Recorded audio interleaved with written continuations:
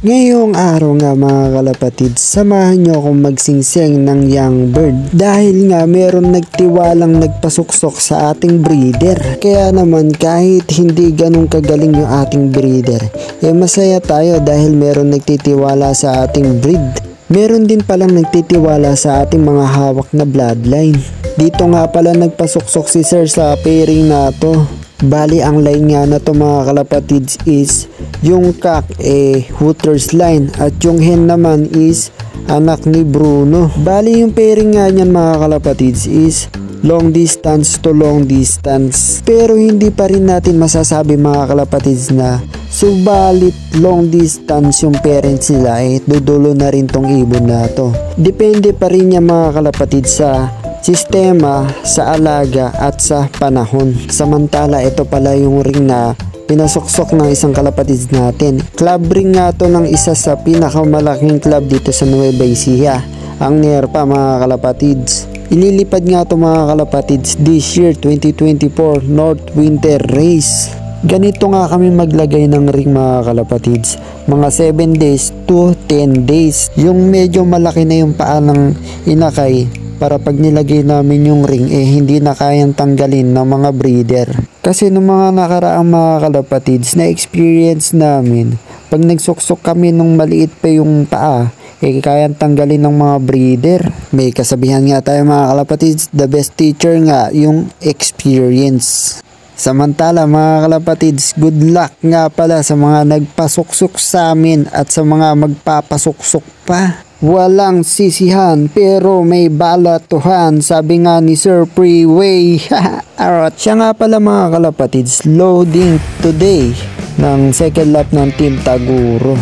So bali kakarga natin tong black check natin, ang nag-iisa nating palaro sa Team Taguro.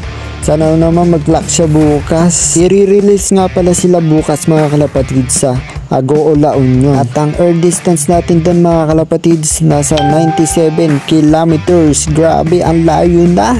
Sinali nga pala natin siya mga kalapatids sa another 4 laps. Sali lang ng sali, pasasanbat, mananalo rin tayo. Bago pala namin siya kinarga sa club mga kalapatids, nag-mid-toss muna kami 10 kilometers at muntik pa nga siyang madisgrasya. Wrong timing kasi yung toss namin, sobrang lakas ng hangin sa dadaanan niya. Buti na lang talaga mga kalapatids, nakauwi pa ibon na to nang walang tama. Tulungan nyo naman ako mga kalapatids, bigyan natin siya ng pangalan. Mamimili ako sa comment section. Samantala mga kalapatids, meron din tayong aabangan. Third lap derby sa South Race, 300 plus kilometers. Meron nga kaming 4 na ibon na naka-entry, isang young bird at saka 3 old bird. Bali live pa nga sila mga kalapatids, wala pa silang butas.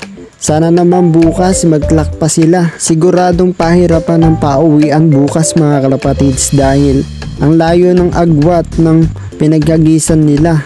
Nung nakaraang linggo nga mga kalapatids, ang toss lang nila is 231 kilometers. Tapos yung third lap namin mga kalapatids, 300 plus kilometers na. Ni-re-entry nga natin mga kalapatids si Bruno at saka yung isang young bird sa extra super set. 3 laps yun mga kalapatids hanggang last lap, hanggang Tacloban. Kaya si Bruno ang sinali ko at sinali naman ni Kuya yung young bird. Si Bruno kasi mga kalapatids may experience na sa tawid dagat at saka sa long distance. Kaya siya yung in-entry ko. Birthday ko pala mga kalapatids bukas.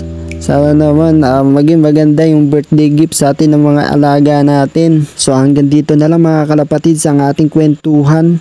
Maraming salamat sa suporta nyo. Thanks for watching mga kalapatids. Keep calm and race. Yes sir.